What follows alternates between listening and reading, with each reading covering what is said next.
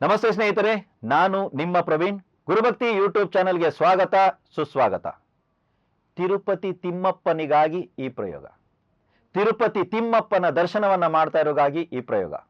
ವೆಂಕಟೇಶ್ವರ ಸ್ವಾಮಿಯ ದರ್ಶನವನ್ನ ಮಾಡೋರ್ಗಾಗಿ ಈ ಪ್ರಯೋಗ. ಏನ್ ಸರ್ ದರ್ಶನ? ನಾವು ನಾರ್ಮಲ್ ಆಗಿ ಹೋಗಿ ಬರ್ತೀವಲ್ಲ, ಪ್ರತಿ ಸಲ ಹೋಗ್ತೀವಿ, ತಿಂಗಳಿಗೆ ಒಂದ್ಸಲ ಹೋಗ್ತಾ ಇದೀವಿ, 3 ತಿಂಗಳಿಗೆ ಒಂದ್ಸಲ ಹೋಗ್ತೀವಿ, 6 ತಿಂಗಳಿಗೆ ಒಂದ್ಸಲ ಹೋಗ್ತೀವಿ. ಸರ್ ವರ್ಷಕ್ಕೆ ಒಂದ್ಸಲ 100% ತಿರುಪತಿಗೆ ಹೋಗಿ ಬರ್ತೀವಿ ಅಲ್ವಾ? ಹಣಕಾಸಿನ ಅಭಿವೃದ್ಧಿ ಆಯ್ತಾ? ನಾನೊಂದು ಪ್ರಯೋಗ ಹೇಳ್ತೀನಿ, ಅದನ್ನ ಮಾಡಿ ನೋಡಿ. ಹಣಕಾಸಿನ ಅಭಿವೃದ್ಧಿ ಆಗುತ್ತೆ. ಹೇಗಿದ್ರು ಹೋಗ್ತಾ ಇದ್ದೀರಲ್ವಾ, ಹೇಗಿದ್ರು ಹೋಗ್ತಿರಲ್ವಾ, ನಾನು ಹೇಳಿದ ದಿನ ನೀವು ಹೋಗಿ ನೋಡಿ. ತಿರುಪತಿ ತಿಮ್ಮಪ್ಪನ ದರ್ಶನವನ್ನ ಶುಕ್ಲ ಪಕ್ಷದ ಮೊದಲ ಸೋಮವಾರದ ದಿನ ಮಾಡ್ಕೊಂಡು ಬರೋದಕ್ಕೆ ಪ್ರಾರಂಭ ಮಾಡಿ.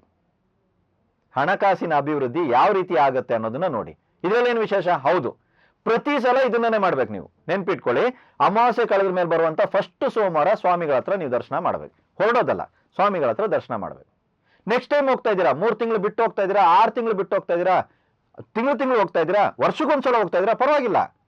ಅಮಾವಾಸ್ಯೆ ಕಳೆದ ಮೇಲೆ ಬರುವಂತ ಸೋಮವಾರನೇ ಸ್ವಾಮಿಗಳನ್ನ ದರ್ಶನ ಮಾಡ್ತಾ ಬನ್ನಿ.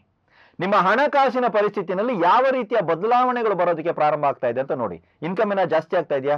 ದುಡ್ಡನ್ನ ಜಾಸ್ತಿ ಬರೋದಕ್ಕಾಗ್ತಾ ಇದೆಯಾ? ಅಥವಾ ಬರ್ತಾ ಇರೋ ದುಡ್ಡು ಖರ್ಚು ಕಮ್ಮಿ ಆಗೋದಕ್ಕೆ ಸ್ಟಾರ್ಟ್ ಆಯ್ತು, ಬೇಡದಿರೋ ಖರ್ಚುಗಳು ಇಲ್ಲ, ಆರಾಮಾಗಿ ಸೇವಿಂಗ್ ಆಗೋದಕ್ಕೆ ಸ್ಟಾರ್ಟ್ ಆಯ್ತು, ಈ ತರದ ಏನಾದ್ರು ಆಗ್ತಾ ಇದೆಯಾ ಅಂತ ನೋಡಿ. ಒಟ್ನಲ್ಲಿ ಆರ್ಥಿಕ ಅಭಿವೃದ್ಧಿ ಆಗೇ ಆಗುತ್ತೆ. ಹೇಗಿದ್ರು ಹೋಗ್ತೀರಾ ಅಲ್ವಾ, ಸ್ವಾಮಿಗಳ ದರ್ಶನ ಹೇಗಿದ್ರು ಮಾಡ್ತೀರಾ ಅಲ್ವಾ. ಇದೊಂದು ಪುಟ್ಟ ಪರಿಹಾರನ ಇದ್ರ ಜೊತೆಗೆ ಸೇರಿಸ್ಕೊಂಡು ಮಾಡಿ ನೋಡಿ. ಹಣಕಾಸಿನ ಅಭಿವೃದ್ಧಿ ಶತಸಿದ್ಧ. ಎಲ್ರಿಗೂ ಒಳ್ಳೇದಾಗ್ಲಿ.